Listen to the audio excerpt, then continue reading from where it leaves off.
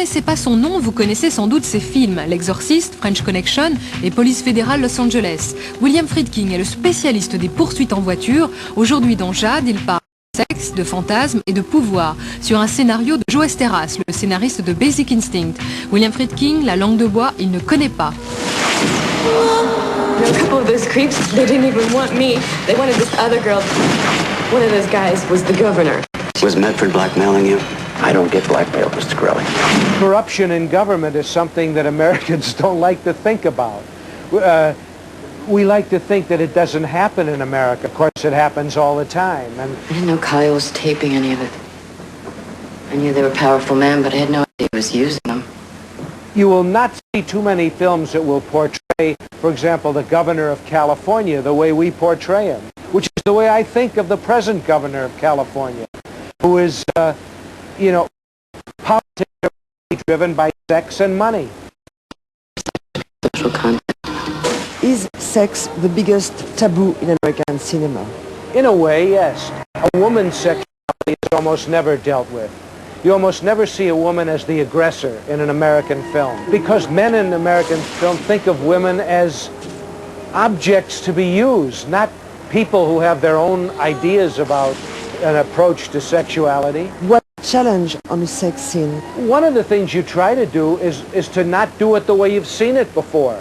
So, I mean, I have shots of this woman with her foot in a man's crotch, and where she's being fucked up the ass, and things that you'll never see in an American movie, and where she's standing against a wall while a guy is eating her, boeuf le cul.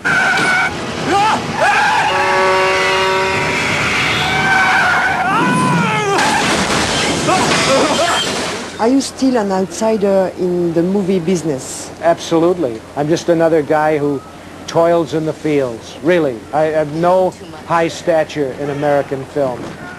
I'd rather be on the outside of the tent pissing in than on the inside pissing out. Do you know corrupted people in the movie business too? Corrupt people in the movie business? That's the home of corruption. Al Capone had nothing on a lot of these guys. What Al Capone did with a machine gun, these guys are doing with a pencil and a piece of paper. They steal more money in one day than Capone stole in a lifetime. Who I think is one of the sexiest people on two legs. She's amazing. C'est tourner la tête aux garçons dans The Last Seduction. La brune Linda Fiorentino est aujourd'hui le corps du délit dans Jade, où elle interprète une psychologue qui visiblement ne passe pas toutes ses nuits à relire Freud.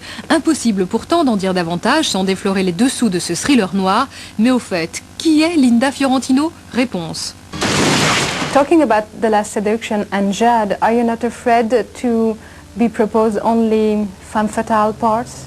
No, I mean, there's the good thing about being supposedly typecast is if you need a job for you because they see you in that way. So in that particular genre, I'm one of the few people who can do that. So those options are open to me. But do you like this image of tough girl?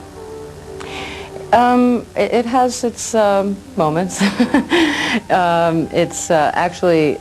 it's a mixed blessing. While I don't think it's very much like me, really, it protects me from other people because people are terrified of me. So they think, particularly since The Last Seduction, people are more afraid to approach me than they would somebody else. So in a funny way, it protects my privacy. Do you like being scary on the screen? Oh yeah, it's a lot of fun. I mean, and you get paid for it, you get away with it, and if I were to do those things in real life, I would be in jail. Maybe it's easier for me to appear strong because I know my own weaknesses, and most people deny their own weakness, and they're afraid of their own weakness. And also, I'm sure it has something to do with growing up during the feminist era, where I was inundated with feminist literature as a child and television, and I grew up watching images of women taking their bras off and fighting with men and fighting for equality, so that was very much a part of my upbringing. In the William Friedkin movie, it's mostly a world of men. Yes. How do you deal with this? Well, first I had to play basketball with all of them so I could show them who was the real man. And lots of people compare you to Sharon Stone. What do you think about that? They compare me to her? Oh God, I can't think of a more different person to compare me to. Well, in what way? Maybe the strengths. Maybe. See, I think of myself more as like Marlon Brando. I would like to think that men are attracted to women who challenge them intellectually. And I think of sex as a brain function and not something physical. And do you like the way a director can manipulate people? You know, my theory is the best directors I've worked with, the greatest directors are ones, for actors anyway, are ones that let you think it's your idea, a choice is your idea, when in fact it's theirs, but they allow you to think it's yours. And I would say that all the good directors I've worked with have that quality. What does the cinema bring you? Certain amount of freedom of expression. It certainly pays my bills. And there's something, it's probably the most terrifying job I know of. You know, film acting it's a terrifying experience. So probably that's why I'm interested in playing Diane Arbus, because her motivation in life was to confront her own fears constantly. And anytime she overcame one fear, she found another fear to confront. And I think that I approach film acting in the same way. And do you know why you are an actress? No, I don't. Sometimes I think there's something more meaningful I could do with my life. My hobby is photography, so I look less at myself than I do outside of myself when I'm not working, because there's a tendency in film acting to become very indulgent and pay too much attention to yourself. So what I usually do after I finish a film is I'll go on a road trip with my camera, and all the focus will be off of me and outside of me. So I'm looking outside of myself more than at myself or inside myself. I would love to direct. I mean, I think that would be a logical progression for me. I think I'll be bored with acting very soon. And because of my background in photography and writing, it would be a natural progression for me. If somebody will give me the money to make a movie, I would do it tomorrow. I think it would be funny if Jodie Foster and I did a movie together and we couldn't figure out which one of us was going to direct. We were both directed. Aux spectateurs qui aimeraient bien savoir qui a fait quoi dans Jade, l'astucieux Friedkin a truffé son film d'images subliminales, des flashs très rapides, censés mettre le public sur la voie du meurtrier. Une astuce déjà précédemment utilisée par le cinéaste dans L'Exorciste et dans Cruising, et que nous explique ici Thierry Dujon.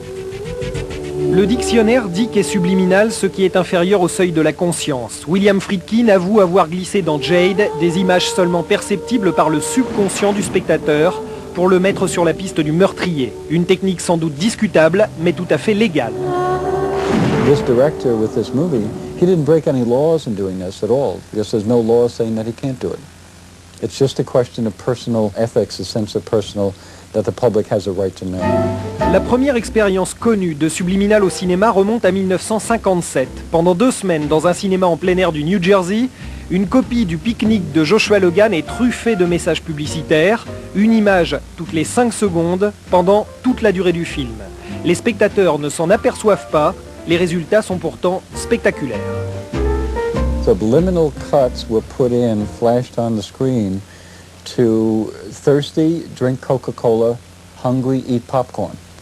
And sales went up. On popcorn, I think sales went up like 18%, and Coca-Cola went up like 54%.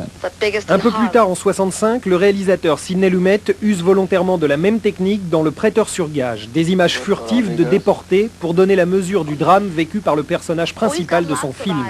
Le spectateur ne distingue que des flashs, mais son subconscient lit des images comme celle-ci. De même, le vôtre aura enregistré le message que nous lui avons envoyé à 9 reprises pendant ce reportage. En voici la preuve et le contenu. Si le subliminal est efficace, je suis viré. Voilà, je vous rappelle que Jade, dont on vient de vous dévoiler tous les secrets, sort mercredi prochain. Quant à moi, je vous retrouve demain avec une autre belle brune, après Linda Fiorentino, la toute petite dernière princesse de chez Disney. Au revoir.